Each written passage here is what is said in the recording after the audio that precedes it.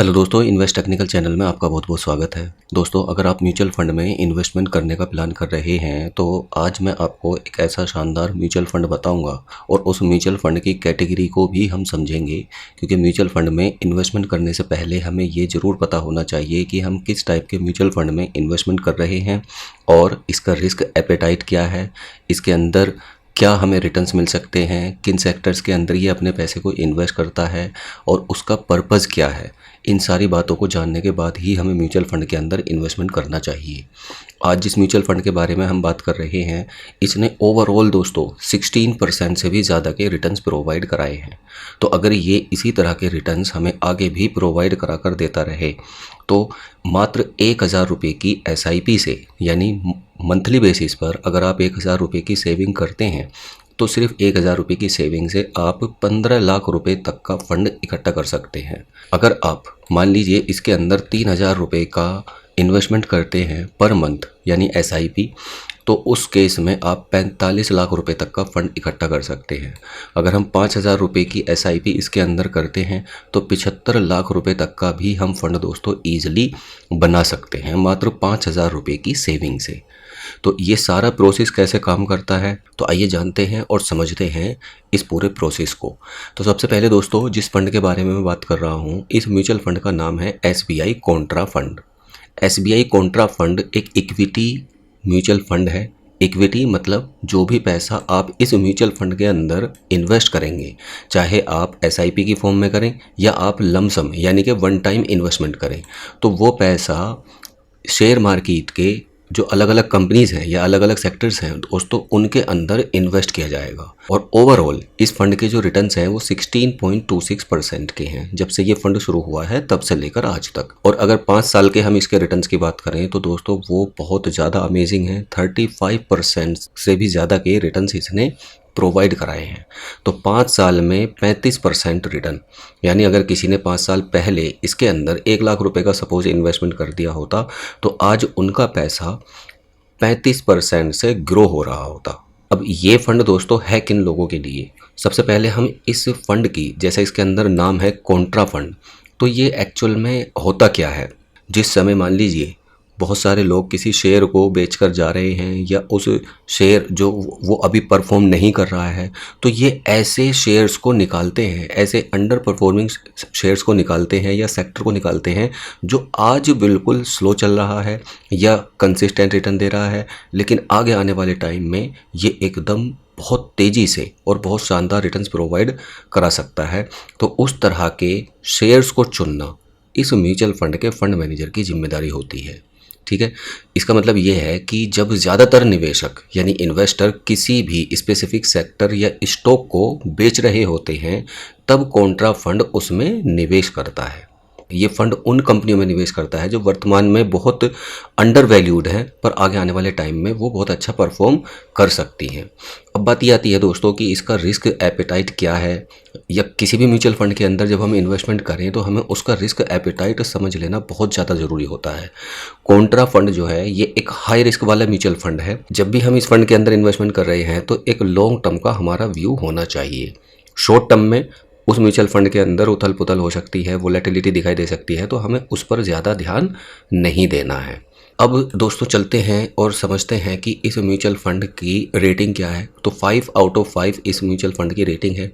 ठीक है, और 39,590 करोड़ रुपए का इसका फंड साइज़ है, यानी इतना पैसा इन्वेस्टर्स ने इस फंड के अंदर इन्वेस्ट करके रखा है। दोनों तरह से ही आप इस म्यूचुअल फंड के अंदर अपना पैसा इन्वेस्ट कर सकते हैं। मतलब आप मंथली बेसिस पर SIP भी कर सकते हैं और आप अगर चाहें तो लमसम इन्वेस्टमेंट भी करके छोड़ सकते हैं। अगर आप मंथली बेसिस पर SIP करना चाहते हैं तो मिनिमम 500 रुपीज़ से आप शुरुआत कर सकते हैं, और अगर आप मान लीजिए वन टाइम इन्वेस्टमेंट करना चाह रहे हैं तो फिर आप 5000 रुपये से शुरुआत कर सकते हैं, और ऊपर जितनी आपका बजट हो उसके अकॉर्डिंग आप अपना इन्वेस्टमेंट कर सकते हैं। ठीक है, 85% पैसा ये शेयर मार्केट के अंदर जो अलग अलग कंपनीज़ हैं उनके अंदर इन्वेस्ट करता है। अब एक चीज़ और आती है दोस्तों म्यूचुअल फंड के अंदर, एक्सपेंस रेशो, यानी किसी भी म्यूचुअल फंड के अंदर जो होने वाले खर्चे हैं वो कितने हैं। तो एक्सपेंस रेशो इसका 0.76% है। मतलब अगर आपने 1 लाख रुपए का मान लीजिए इन्वेस्टमेंट किया है या 1 लाख रुपए की फंड वैल्यू है, तो 760 रुपये एक्सपेंस रेशो के रूप में यानी कि खर्चे के रूप में आपके फंड से ईयरली बेसिस पर काट लिए जाएंगे। ठीक है। म्यूचुअल फंड में इन्वेस्टमेंट करने से पहले आपको टैक्स को भी समझना ज़रूरी है। 2 तरह के टैक्स म्यूचुअल फंड के अंदर होते हैं, long term capital gain tax और short term capital gain tax. यानी 1 साल से पहले अगर आप अपना पैसा निकालते हैं तो आपको short term capital gain tax देना होगा, जो कि लगभग 20% है। और अगर आप लॉन्ग टर्म यानी 1 साल से बाद में पैसा निकालते हैं, लॉन्ग टर्म का आपका व्यू है, तो आपको 12.5% का टैक्स लगता है। अब दोस्तों मान लीजिए आप इसके अंदर 1000 रुपये प्रति मंथ से इन्वेस्टमेंट शुरू करते हैं। ठीक है। तो 1000 रुपये प्रति मंथ अगर हम इन्वेस्टमेंट कर रहे हैं तो 1 साल के बाद में, और जैसा हमने अभी देखा है, इसके जो ओवरऑल रिटर्न्स हैं वो 16% से भी ज़्यादा के हैं। तो अगर हम 16% रिटर्न्स को ही लेकर चलें तो 1 साल के बाद में 16% रिटर्न के हिसाब से हमारा जो पैसा है वो 13,016 रुपये हो जाएगा, क्योंकि 12,000 रुपये का हमारा इन्वेस्टमेंट हो जाएगा 1000 रुपये प्रति मंथ के हिसाब से, और 1016 रुपये के हमें इसके अंदर रिटर्न्स मिलेंगे। इन्वेस्टमेंट को हम 5 साल के लिए कर लेते हैं तो 60,000 रुपये का टोटल हमारा इन्वेस्टमेंट होगा, और जो हमें रिटर्न्स इसके अंदर मिलेंगे वो होंगे दोस्तों 29,516 रुपये। तो फाइनल जो हमारी वैल्यू हो जाएगी वो लगभग 90,000 रुपये के आसपास हो जाएगी। अब इसी तरह से अगर हम इस इन्वेस्टमेंट को 10 साल के लिए कर लेते हैं तो टोटल जो हमारा इन्वेस्टमेंट होगा वो 1,20,000 रुपये का होगा, लेकिन जो अब एस्टिमेटेड रिटर्न्स हमें मिलेंगे वो 1,57,000 रुपये के होंगे, अगर ये 16% के कंसिस्टेंट रिटर्न हमें देता रहता है। और फाइनल हमारी वैल्यू कितनी हो जाएगी? 2,77,000 रुपये। इसी इन्वेस्टमेंट को दोस्तों अगर हम अगले 10 साल तक और कंटिन्यू रख लेते हैं तो अब हमारा जो टोटल इन्वेस्टमेंट होगा वो तो वही होगा सेम जो पहले 10 सालों में हुआ है, लेकिन अब जो हमें एस्टिमेटेड रिटर्न्स इसके अंदर मिलेंगे वो 12,61,000 रुपये के होंगे, और फाइनल हमारी वैल्यू 15,01,000 रुपये हो चुकी होगी। अब इसी इन्वेस्टमेंट को मान लीजिए हम 5,000 रुपये कर देते हैं तो शुरू के 5 साल में जो हमारा टोटल इन्वेस्टमेंट होगा 5,000 रुपये प्रति मंथ की SIP से वो 3 लाख रुपये होगा, और जो हमें एस्टिमेटेड रिटर्न्स मिलेंगे वो 1,47,000 रुपये के होंगे, और फाइनल हमारी वैल्यू 4,47,000 रुपये की हो जाएगी। और अगर हम 10 साल के टाइम पीरियड की बात करें तो हमारा 5,000 रुपये प्रति मंथ के इन्वेस्टमेंट से 6 लाख रुपये का टोटल इन्वेस्टमेंट होगा, और 7,90,000 रुपये के टोटल हमें एस्टिमेटेड रिटर्न्स मिलेंगे, और फाइनल जो हमारी वैल्यू हो जाएगी वो 13,90,000 रुपये के आसपास होगी। इसी तरह से अगर हम इस इन्वेस्टमेंट को अगले 20 सालों तक करते हैं तो 12 लाख रुपए का टोटल हमारा इन्वेस्टमेंट होगा, 63 लाख रुपए के हमें एस्टिमेटेड रिटर्न्स मिलेंगे, और फाइनल हमारी वैल्यू 75,09,000 रुपये हो चुकी होगी।